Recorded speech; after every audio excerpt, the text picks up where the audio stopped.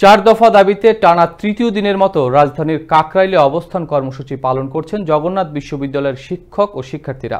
শুক্রবার সকালেও টানা তৃতীয় দিনের মতো রাজপথ ছাড়েননি তারা। ৭০% শিক্ষার্থীর আবাসন বৃত্তি, পূর্ণাঙ্গ বাজেট, দ্বিতীয় ক্যাম্পাস বাস্তবায়ন এবং শিক্ষার্থীদের ওপর পুলিশি হামলার তদন্ত ও বিচারের দাবিতে আন্দোলন করছেন জবির শিক্ষক শিক্ষার্থীরা। গেল বুধবার দুপুরে ৩ দফা দাবিতে প্রধান উপদেষ্টার বাসভবন যমুনা অভিমুখে লং মার্চ নিয়ে যাওয়ার সময় কাকরাইলে পুলিশের বাধার মুখে পড়েন জবি শিক্ষক শিক্ষার্থীরা। এ সময় ব্যারিকেড ভেঙে যমুনার দিকে যাওয়ার চেষ্টা করলে পুলিশ লাঠিপেটা, কাঁদানে গ্যাসের শেল, সাউন্ড গ্রেনেড ও জল কামান ব্যবহার করে তাদের ছত্রভঙ্গ করে দেয়। এ সময় আহত হন বহু শিক্ষক ও শিক্ষার্থীরা।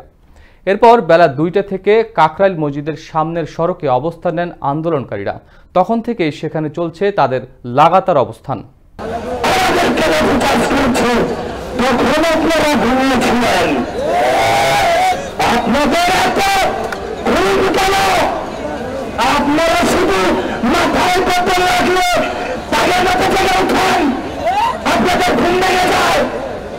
জগন্নাথ বিশ্ববিদ্যালয়ের শিক্ষার্থীদের উপর হামলা হলে আপনারা দেখেন